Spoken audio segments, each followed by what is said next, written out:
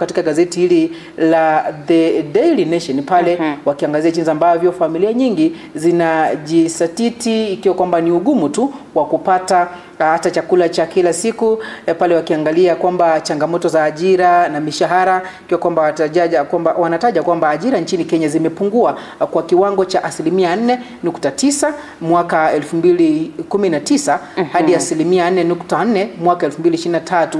Kwa kwamba hali hii inaathiri vibaya familia za Wakenya, hasa mishahara ambayo imepungua, na hii imekuwa ni changamoto kubwa kwa watu wengi zaidi. Na katika ukurasa huo wa kwanza kwenye gazeti la The Daily Nation tunaona pale mwandishi akisema ama akizungumzia kuhusu siasa, jinsi hali ya siasa ilivyo nchini Kenya, akisema kwamba inside Kenya's political merry-go-round, ambapo anazungumzia masuala tofauti, lakini kwanza mwandishi anasema kwamba the political stage is a persistently dizzying carousel of intrigue and upheaval.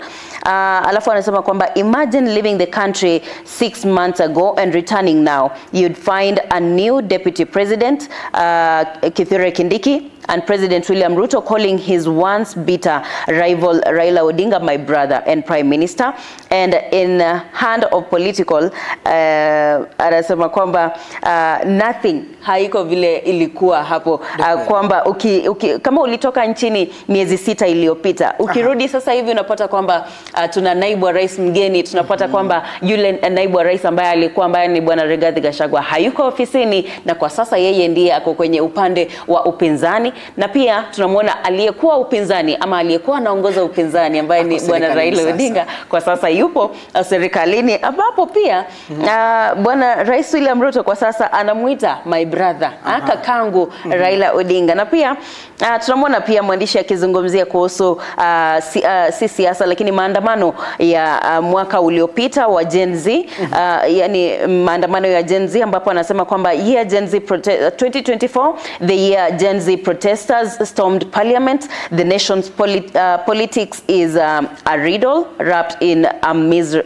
mystery, where every move defines expectations. Basi ya siasa hayo utayapata katika gazeti hilo la The Daily Nation, uiangazie zaidi. Na tukinapoendelea kusonga mbele ukurasa wa 8, kile ambacho mwandishi ameangazia pale, hustlers suffer as big fish evade 7 billion shillings tax. Ikiwa kwamba ni mwandishi pale ameangazia kwamba some institutions that owe KRA failed to remit their payments as pay as you earn. Kwa kwamba ni baadhi ya wale wafanyakazi wakuu serikalini, na pia kuna wale ambao wanafanya biashara kidogo hawalipi hela zile ambazo wanapaswa kulipa, haswa zile tax ambazo wanapaswa ama ushuru ambao wanapaswa kulipa pale, kwa kwamba wanaondokea. Na basi hustlers wale wa kawaida ndipo wanapatwa na jambo hili la kulipa na kuwalipia pia wale wengine, kwa kwamba ni mzigo mkubwa zaidi ya shilingi bilioni 7, kwa kwamba hawajalipa pesa hizo zote, lakini mwananchi wa kawaida baada anaendelea kusukumwa kwa minajili ya kuzilipa hela hizo. Kwa kwamba ni taarifa utaziangazia katika ukurasa wa 8 katika gazeti hili la The Daily Nation. Na katika gazeti hilo kwenye ukurasa wa 3 tunaona pale kila matatu crew jailed for life offer no lesson to rogue peers, ambapo mwandishi anazungumzia kuhusu madereva wa gari za matatu humu nchini Kenya, ambao tunamwona pale akizungumzia kuhusu James Gitau, a matatu driver, and his conductor Silas Ndungu serving a life sentence for killing a passenger following ambapo walisababisha accident ambayo alikuwa ni vijana ama bus fare, hakuwa amelipa shilingi 5 za bus fare. Shilingi 5 zinafanya mtu auawe tu, kwa sababu alisukumwa nje ya gari hilo, basi kagonga chini na maisha yake yakakatika pale. Lakini pia nafikiria kwamba mwandishi anajaribu kuzungumzia swala hili na jinsi ambavyo bado haijakuwa ni funzo kwa madereva wengine. Ni kweli.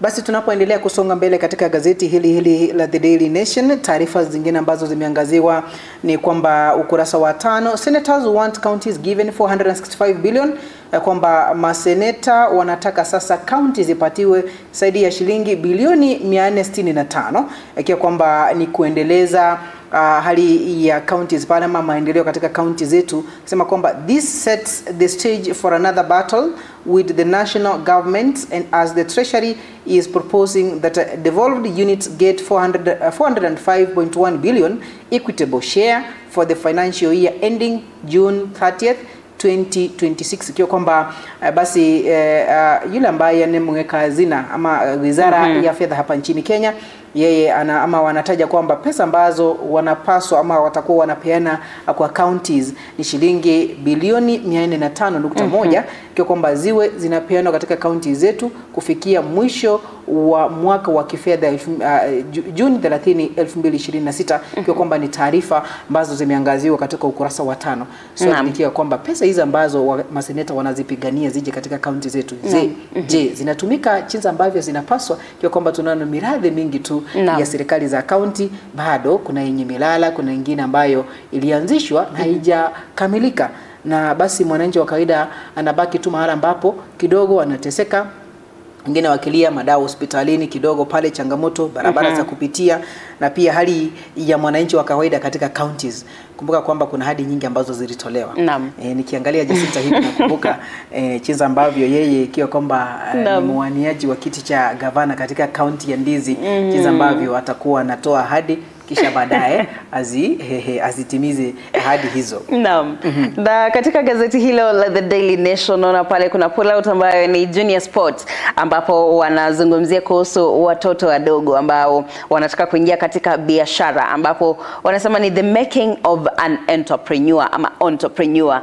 Utapata gazeti hilo kwenye gazeti la The Daily Nation. Tukisonga mbele katika gazeti la The People's Daily, kuna taarifa pale ambayo imepatiwa kipaumbele katika ukurasa wa ngapi huu? Ni ukurasa wa 4. Sema kwamba why NEMIS data could be unsafe. Pale kwamba madhara ya taarifa za NEMIS, ikiwa kwamba National Education Management Information System, kwamba kidogo huenda data ile ambayo imetolewa pale haitakuwa sawa kabisa, ikiwa kwamba ni mfumo unaokusanya na kuhifadhi taarifa muhimu kuhusu wanafunzi na wahadhiri katika shule na vyuo. Ingawa mfumo huu unalenga kuimarisha usimamizi wa elimu, kuna wasiwasi kuhusu usalama wa taarifa hizi, ikiwa pale wataalamu wa usalama wa mtandao wamesema ama wameonyesha kuwa data za NEMIS zinaweza kuwa hatarini kutokana na mapungufu ya kiusalama katika mfumo huu.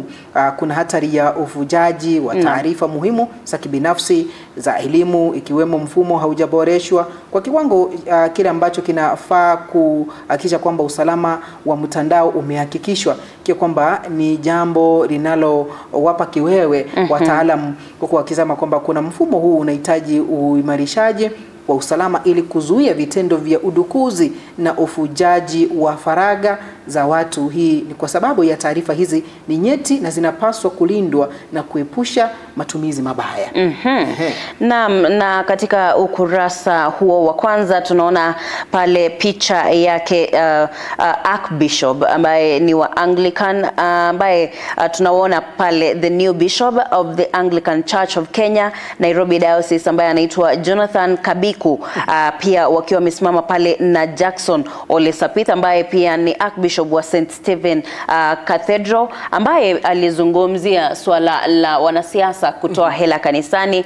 Na pia akasema kuzungumzia kuhusu kutoa ama kuongea kanisani, kuongea siasa, ambapo alikataa.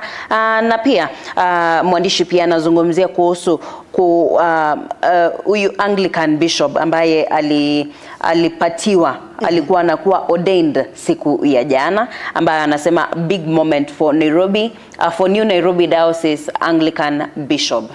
Na kwingineko pale tunapoendelea kusonga mbele katika ukurasa huu wa ngapi? Ni ukurasa wa 17. Sema kwamba shilingi bilioni 1.3 za chai zime ama 1.3 billion tea export truck stuck at port due to Sudan ban. Kwa kwamba ni changamoto za wakulima wa majani chai pale ambako wanataja kwamba usalishaji wa chai katika sehemu ya biashara. Wakulima wa chai wamepata matumaini baada ya bei nzuri ya chai kufika shilingi bilioni 81.6, lakini bado maeneo yale ya Sudan ambako wamekuwa ni wa kutumia chai ya Kenya kwa sana, basi imekwama zaidi ya shilingi bilioni 1.3 ambazo zimekwama pale. Basi wewe mtazamaji na pia mkulima wa majani chai, ukipata gazeti hili la The People's Daily utakuwa unaangazia hayo katika gazeti hili la The People's Daily ukurasa wa 17. Na katika ukurasa wa 6 katika gazeti la The People's Daily tunaona pale Newsbeat ambapo mwandishi anazungumzia kuhusu dada ambaye alishikwa pale ilikuwa ni Vietnam. Naam, ambapo wanazungumzia kuhusu dada huyo akisema kwamba Kenya's last ditch effort to save drug trafficker from hangman in Vietnam, ambapo ni swala ama ni taarifa ya yule mwanadada ambaye alishikwa pale akisafirisha madawa ya kulevya ambaye alikuwa anafaa kunyongwa hapo jana, lakini tukaona kwamba familia yake inamlilia inasema kwamba waweze kusaidiwa na kama kuna jambo lingine ambalo anaweza ama punishment tofauti ambayo anaweza kupewa ni sawa, lakini asinyongwe.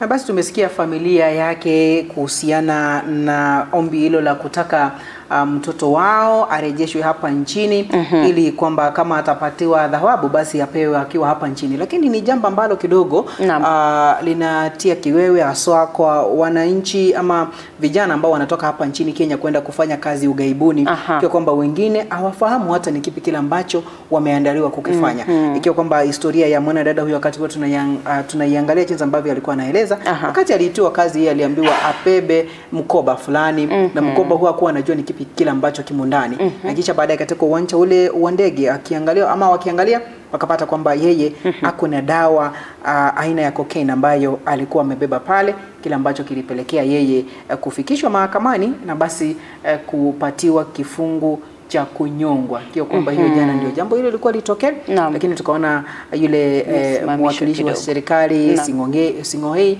kupitia kwa mtandao wake wa X amezungumza, na pia tunangoja tupate ni kipi nchi ile ya Vietnam itakuwa inasema kuhusiana na jambo hilo. Naam, lakini pia kuongezea tu kuwakumbusha tu vijana ambao wana ile haja na hamu ya kutoka nchini Kenya kwenda kufanya kazi nje. Inaweza kuwa ni Marekani, inaweza kuwa ugaibuni, inaweza kuwa mahali popote. Kwa kazi ambayo wewe kama kijana unaichukua, lazima uiangalie kwa umakini kwanza. Uweze kujua kwamba kazi hii ni ya nini, ni nani ananipatia kazi hii, nikifika huko nitakuwa nalala wapi, nikienda hapa huyu ambaye amenipatia kazi ameniambia ama tumeahidiana nini, kuna contract ambayo mmetia saini nyinyi wote, yani mmezungumzia nini kuhusu kazi hii ambayo mnaenda kuifanya. Kwa sababu ni jambo ambalo vijana wengi kwa sasa ukiwaambia tu kwa sasa mimi nina kazi nataka kuifanya, wengi ama vijana wengi kwa sasa wanataka tu kufanya kazi yoyote, hawajali kama ni kazi ya tuseme tu ni dawa za kulevya, hawajali kwa sababu wanataka pesa, wanatangulisha pesa, lakini hiyo pesa ukipata utaitumiaje wakati umeipata kwa njia iliyo isiyo mwafaka? Basi ni ile tu tamaa ya kutaka kuwa tajiri haraka. Kwamba mmoja alikuwa ananizungumzia kuniambia kwamba siku hizi hata kama mtu ama kijana akitaka kupatiwa kazi katika kaunti ama serikali kuu, kile kikubwa ambacho anaangalia anataka kuendesha gari nzuri na gari kubwa, basi natamani kuendesha V8 na V8 hii nataka kuendesha, sijafanya kazi nifikishe pesa ambazo nitanunua. Maybe mshahara wangu kwa mwezi ni shilingi 80,000, basi kwa miezi 6 nimenunua gari V8, na V8 ni wanataja kwamba ni shilingi milioni 12. Basi swali linaibuka, je, wewe umetoa wapi hizi hela ambazo umenunua? Basi vijana wenzangu ni kwamba mambo ni pole pole tu tutafika chenza ambavyo wengi wamefanya pale. Pole pole ndo mwendo. Ndio hivyo. Naam. Basi tukiendelea kusonga mbele katika kuangazia yaliyomo magazetini, ni kwamba gazeti lile la Taifa Leo ikiwa kwamba ni yale ambayo yamepatiwa kipao mbele, wakitaja kwamba Ole Sabit akausha Kalonzo na Gachagua, aidha apiga marufuku kutangazwa kwa kiasi cha michango na sadaka kutoka kwa wanasiasa katika kanisa hilo la ACK.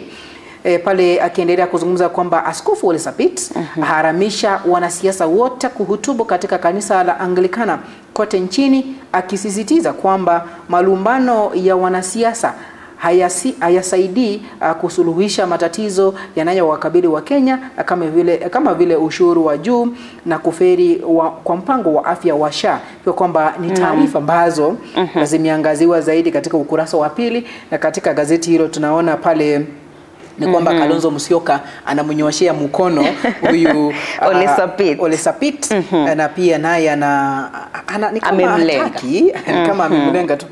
Na chini yake tunamuona yule aliyekuwa naibu wa rais Geoffrey Rigathi Gachagua, kwa kwamba ni mtu akona fikira akiwa pale kanisani tu, lakini mawazo yake yanaonekana kama hayapo pale katika maeneo yale ambayo alipo pale, wakisema kwamba askofu mkuu wa kanisa la ACK nchini Jackson Ole Sapit akizemezana na kinara wa Wiper Kalonzo Musyoka, na pia pale chini tunaona aliyekuwa naibu rais Geoffrey Rigathi Gachagua akiwa kanisani St. Stephen Cathedral ACK jijini Nairobi hiyo jana, ikiwa kwamba nadhani kila ambacho kanisa limeafikia ama viongozi wa kanisa wameafikia, ikiwa kwamba ni jambo hilo ambalo litakumbatiwa na lifanywe kwa hakika, litendo kwa matendo. Sasa tutoke kwa mazungumzo ama maneno jinsi ambavyo tunataja, basi itakuwa inasaidia kweli.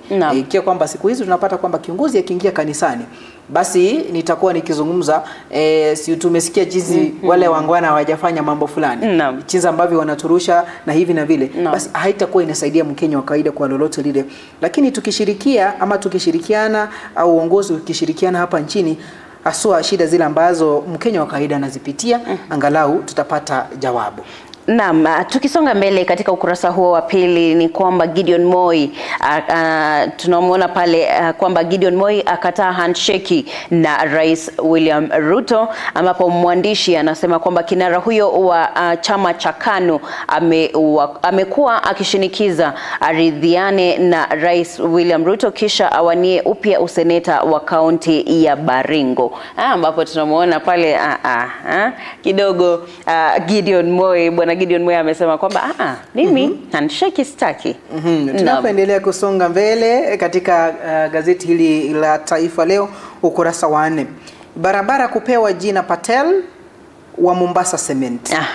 Wabunge ama wawakilishi wadi wapitisha hoja hiyo ili kumstahi Hasmuhi Patel culture kwa hisani na maendeleo yake katika eneo lile la Mombasa, ikiwa kwamba ni taarifa ambazo zimeangaziwa katika ukurasa wa 4, ikiwa kwamba ni mtu ambaye alichapa kazi na pia alizindua viwanda ama kiwanda ambacho kiliwapa kazi wengi tu kabla ya yeye hajaiaga dunia. Naam, na katika ukurasa wa 3 tunamuona pale mwandishi akizungumzia kuhusu SK Macharia ambaye ni mwenye ama ni CEO wa Royal Media Services, ambaye tunamuona pale SK Macharia sasa amwaga mtama kuhusu wizi wa kura. Na pia mwandishi anasema kwamba mmiliki huyu wa vyombo vya habari na mwandani wa Raila Odinga aelezea jinsi kura za urais huibwa nchini. Ni jambo ambalo tuliona kwamba mwaka wa 2022 huyu ama tuseme kituo kimoja cha runinga ambapo walikuwa wanafanya pia walikuwa na polling station yao pale, ambapo walikuwa wanatuambia ukitazama kura za hiyo kituo hicho cha habari na kura za IEBC ulikuwa una compare kidogo, naam, unaona kuna utofauti kidogo. Na kwa sasa ukitaka kujua mengi kuhusu taarifa hii ya wizi wa kura, uangalie gazeti hilo la Taifa Leo, ambapo utamuona pale bwana SK Macharia akizungumzia jinsi wizi wa kura unaendelea nchini Kenya. Na tunapoendelea kusonga mbele katika ukurasa wa pili, ikiwa kwamba ni vidokezo zaidi, mwanamke aliyetishia kujiua atimiza tishio lake, mwili wapatikana ukielea katika mto Yala, ikiwa kwamba ni taarifa ni za kusikitisha na zimechapishwa katika ukurasa wa pili, ikiwa kwamba watu siku hizi huamua kivingine, ikiwa kwamba ni magumu yale ambayo wanayapitia katika maisha, basi hapo alizungumza na basi alitimiza jambo ile, kwamba siku hizi mtu akitaja jambo usilichukulie hivi hivi. Kidogo pale pata namna ya kupata suluhu kuhusiana na yale ambayo analalamikia. Na pia wewe mwenyewe kama unapitia changamoto zozote maishani mwako, ni vema kuzungumza na mtu. Unaweza tafuta daktari, unaweza tafuta rafiki yako, mzazi wako, ama jamaa na rafiki zako, ili umweze kuwaeleza. Usijitoe uhai kwa sababu ya changamoto ambazo zinaweza kupata suluhisho. Usitoe uhai wako. Tukisonga mbele katika ukurasa wa 20 katika mambo ya spoti ama taarifa za spoti, tunamwona pale mwandishi akisema kwamba hii top 4 sasa imeanza kututeleza, ambayo ni nani amezungumza? Guardiola.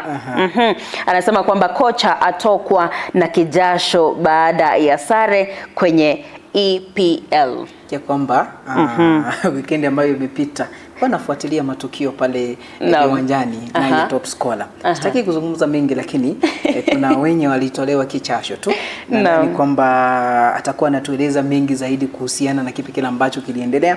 Lakini katika fani ya spoti, basi hayo ndiyo ambayo yametokea ama yamechapishwa katika gazeti hili la Taifa Leo. Ukilipata basi utakuwa unayaangazia na ufahamu ni kipi kile ambacho kimechapishwa. Kama wewe ni mpenda spoti, utafahamu kwa undani zaidi. Na tukisonga mbele, kukumbusha tu kwamba tuko live pale sehemu ya Facebook, ambapo unaweza kutuandikia ujumbe wako katika Ndizi TV News Digital, na pale X account pamoja na Instagram na YouTube utupate @Ndizi TV News. Basi endelea kutufuatilia kupitia mtandao wetu wa WhatsApp, na pia kutuandikia ujumbe mfupi kupitia kwa nambari yetu ya studio 0792 192 834. Tukiangazia masuala haya ya magazeti, mambo ambayo tumezungumzia katika gazeti zote, kufanya tu ufupisho.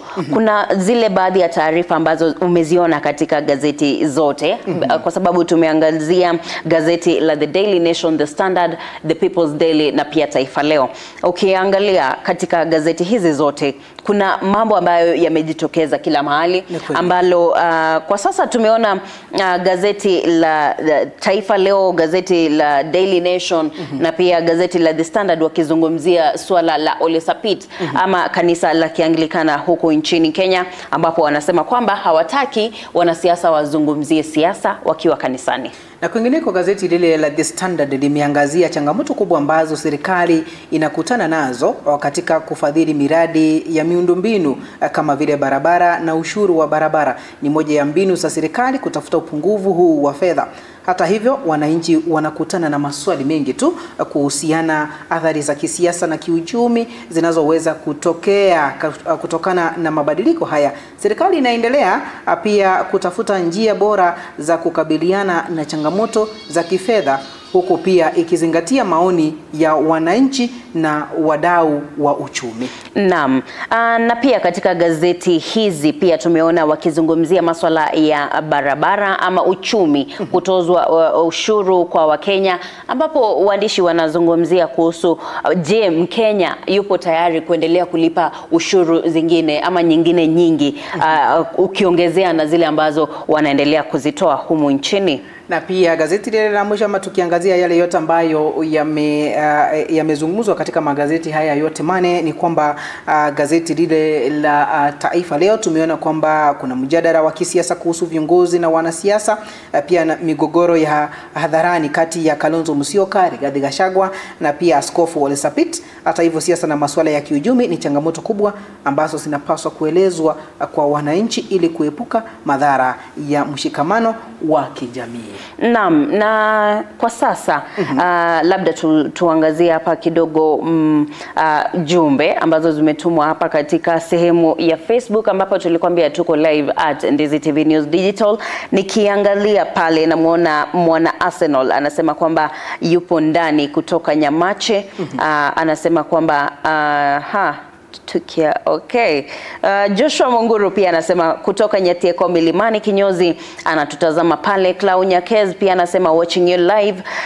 Namuona pale Paurotrix Elijah anasema kutoka St Catherine Academy Kioge Nyakoe tuko pamoja hadi tamati. Namwona pale Isaac Omweno Omozai permanent. Nasema kwamba kutoka eneo la Nyabitunwa niko ndani watching live from Nairobi Kibera showground, na kwingine kwa pale nimemuona anajulikana kama nani huyu. Nadhani kwamba hiyo umeangazia mwana Arsenal akisema kwamba niko ndani kutoka maeneo ya Nyamache tukia mwana. Naona pale Jose Evans, nilipitia hiyo. Dennis Mogoi pia anasema good morning Naivasha Karagita yupo ndani. Kalen Osinde pia anasema kutoka Nyamakoroto good morning. Namuona pale Onserio Zefania akisema anatutazama akiwa Riana Bonchari, na pia namuona Jared nadhani ulipitia kidogo. Naam, endelea kututumia jumbe zako katika gazeti ama kwenye magazeti, utuambie umesikia nini kutoka kwa gazeti, na pia unafikiriaje kwa yale yote ambayo yameangaziwa katika magazeti. Naona pale Chanter Mura kupitia WhatsApp anasema kwamba habari ya asubuhi na kufuatilia kutoka maeneo ya Jeddah. Basi tunashukuru na endelea kufuatilia. Naam, kwa sasa tutaenda mapumziko mafupi. Kisha baadaye tukao tunarejea. Ukitupata katika mitandao yetu ya kijamii utanipata kama Jeff Nyakundi, nami utanipata kama Jacinta Nyabeta, na pia kupitia Ndizi TV News Digital upande wa Facebook, hapo ndipo utatupata. Na pia katika X account, Instagram, na pia kwenye YouTube utatupata @Ndizi TV News. Usisahau kwamba utazungumza nasi kupitia ujumbe mfupi wa SMS, na pia kuzungumza nasi kupitia mtandao wa WhatsApp kupitia nambari yetu ya studio 0792192834. Naam, na tutembelee katika tovuti yetu www.ndizitv.co.ke. Basi tutakuwa tunapata mapumziko mafupi, kisha baadaye tukirejea tutakuwa tunaangazia mengi zaidi yale ambayo yameendelea, haswa yale ambayo umeangazia ama kipi ambacho mafikira zako kupitia yale ambayo tumeangazia katika mitandao ama magazeti yetu. Kisha baadaye tutaendelea. Nakumbuka kwamba katika awamu yetu ya 3 tuko na mgeni studioni, na mgeni wetu ni mwanasiasa. Tuko tunaangazia siasa za kitaifa na pia kuangalia hali ya nchi, haswa kaunti za Nyanza, bila kusahau kaunti ya Kisii na kaunti ya Nyamira. Naam, kwa sasa tutaenda kwa mapumziko mafupi. Naitwa Jacinta Nyabeta. Nami ni Jeff Nyakundi, tunarejea hivi punde.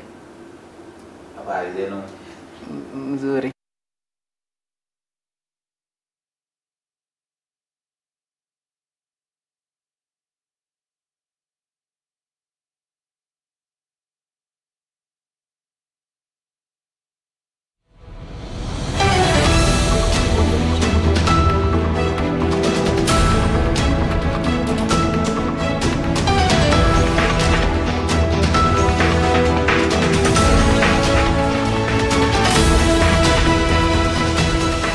Unatazama Ndizi TV Africa.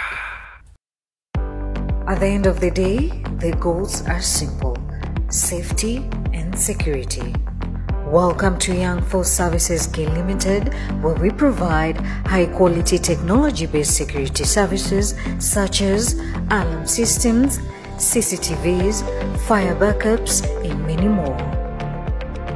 We believe security begins with warm attitude and a productive relationship with the people. At Young Force Services K Limited, we offer affordable prices for residential properties, industrial properties, commercial properties, institutions, and hospitals. We are committed to providing reliable quality protection to a variety of industries through custom design strategies, expertly trained security guards, and excellent customer services.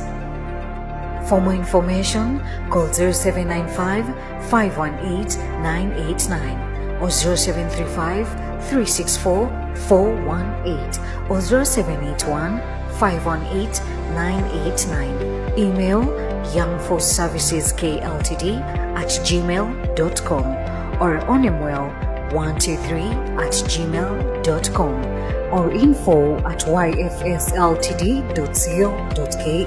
Visit our website www.yfsltd.co.ke or visit our office in Milimani Estate next to Ogra Foundation or Azimio Business Complex opposite Palmas Hotel. Young Force Services K Limited, We believe in security with a human touch.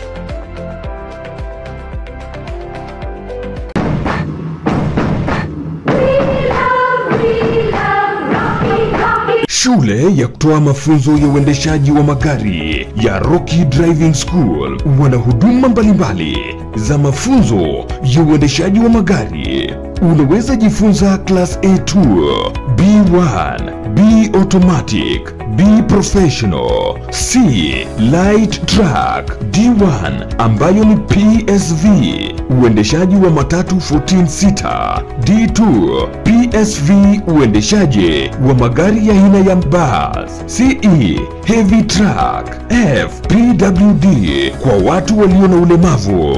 Pia wana short courses za PCD na B executive. Uzuri wa kujifunza kuendesha gari na Rocky Driving School ni kwamba classes zao ziko flexible kabisa na ni wakati wowote kwa siku. Wako approved na shirika la NTSA. Kuna mafunzo ya kuendesha mezani, wana basic mechanics, basic first aid na mengine mengi. Mjini Kisii wapo jumba la Market Plaza next to Uhuru Plaza. Nyakoe wako Kiuge Junction. Nyamira Rocky Driving School wako at Manga Building Sama Petrol Station, na Ugembo wako mita 100 kutoka barabara kuu ya Mosora, na pia wako Kilgoris Town. Wana special offers kwa form 4 school leavers. Kwa mengi zaidi mpigie simu manager wa Rocky Driving School.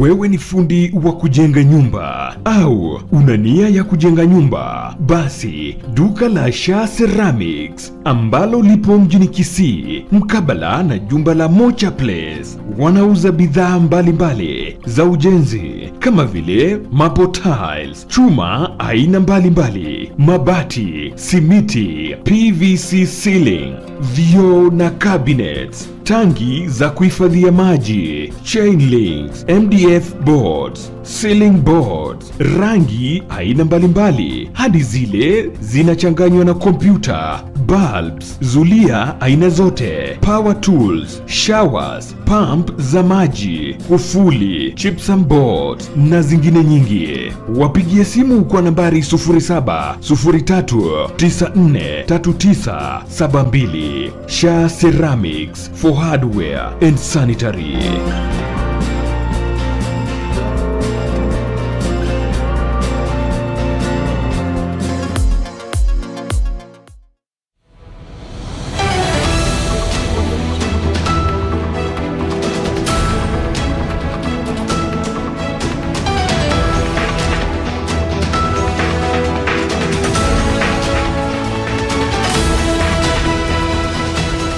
Unatazama Ndizi TV Afrika.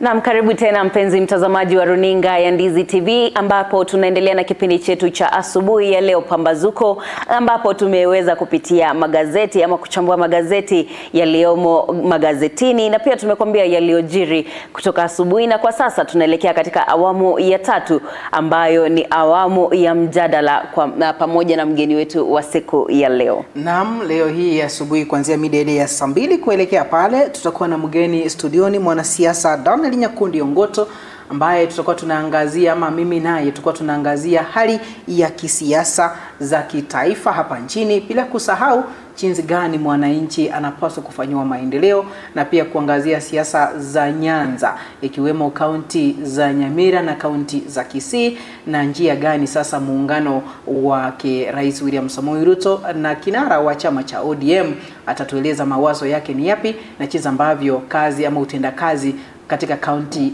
ya Kisii, mahala ambapo anatoka, haswa eneo lile la Nyatiko, imekuwa namna gani. Basi usikose, kwa sababu tutaangazia mengi ambayo yatakufutia wewe na ili ufahamu ni kipi kile ambacho kinaendelea hali katika siasa hapa nchini Kenya. Naam, baadhi ya hayo ndio watakuwa nazungumzia katika awamu ya 3 kwenye mjadala wa siku ya leo, ikiwa ni siku ya Jumatatu. Tunajua kwamba ni siku ya kuzungumzia masuala ya siasa. Nami nitakuwa naondoka kwa sasa ili niweze kumpisha mwenzangu Jeff aweze kuingia na mgeni wake katika awamu hiyo ya 3, ambapo namuona pale katika sehemu ya Facebook, namuona presenter Marcela anasema kwamba anaendelea kututazama kutoka mahali aliko. Asante sana kwa wote ambao mmetutumia jumbe zenu katika mtandao wetu wa Facebook, ambapo ni @NdiziTV News Digital, na pale kwenye YouTube utatupata kama Ndizi TV News. Basi kwingineko kupitia mtandao tofuti yetu utatupata kama www.ndizitv.co.ke. Ili uendelee kupata taarifa na mengi ambayo tunaendelea kukupa hapa ndani ya Pambazuko na pia kwenye Ndizi TV. Kwa sasa nitakuwa namalizia hapo. Naitwa Jacinta Nyabeta na mwelekezi wetu amekuwa ni top scorer ambaye ni James. Basi unapoondoka hakikisha kwamba tumepata chai. Nitahakikisha kwamba umepata kinywaji chenu. Basi tunapozidi kusonga mbele tupate mapumziko mafupi tu, kisha baadaye mida ya saa 2 kamili tutakuwa tunarejea na mgeni wangu tuangazie hali ya kisiasa za kitaifa, hali za kisiasa katika kaunti zetu, na pia tupate maoni yake kati ya muungano wake Rais William Samoei Ruto na jinsi vipi kazi itaendelea ama kidogo pale mambo yamekwama. Je, unalo swali? Basi zungumza nasi kupitia mitandao yetu yote ya kijamii ambavyo tumekutajia pale, na pia usisahau kuzungumza nasi kupitia ujumbe mfupi na pia WhatsApp pale kupitia nambari yetu 0792192834. Jina langu ni Jeff Nyakundi, na rejea hivi punde.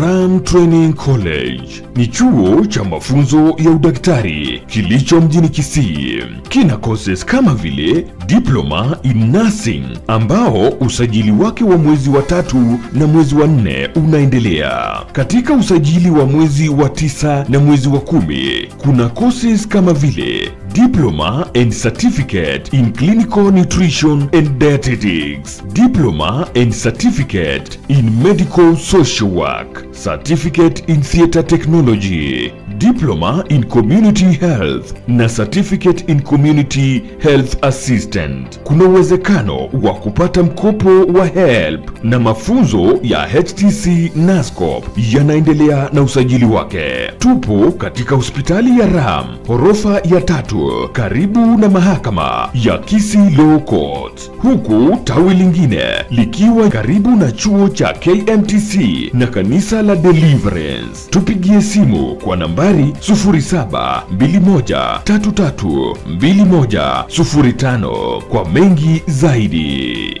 Welcome to Ram Medical Training College. Ram Training College. We provide quality service and uphold high intellectual values.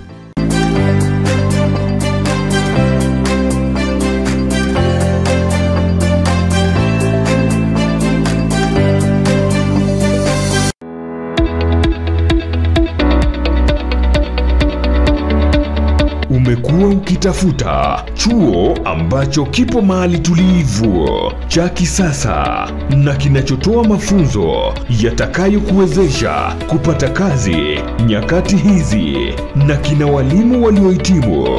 Bas Camel Park Training College ndicho chuo hicho.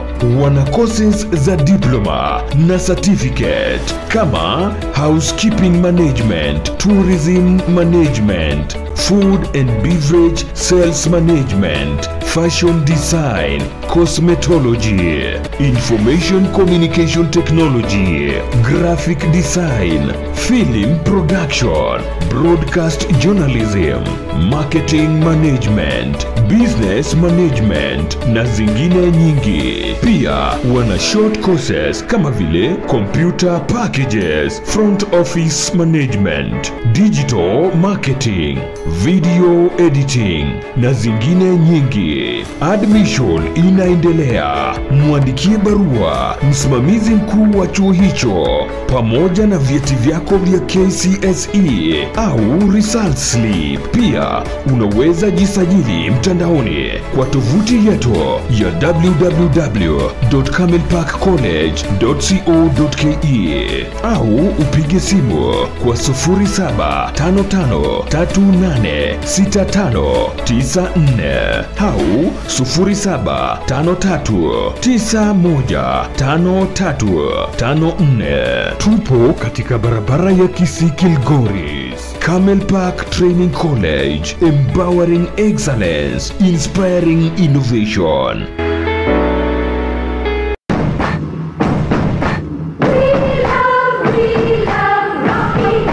Shule ya kutoa mafunzo ya uendeshaji wa magari ya Rocky Driving School wana huduma mbalimbali za mafunzo ya uendeshaji wa magari. Unaweza jifunza class A2, B1, B automatic, B professional, C light truck, D1 ambayo ni PSV, uendeshaji wa matatu 14 sita, D2 PSV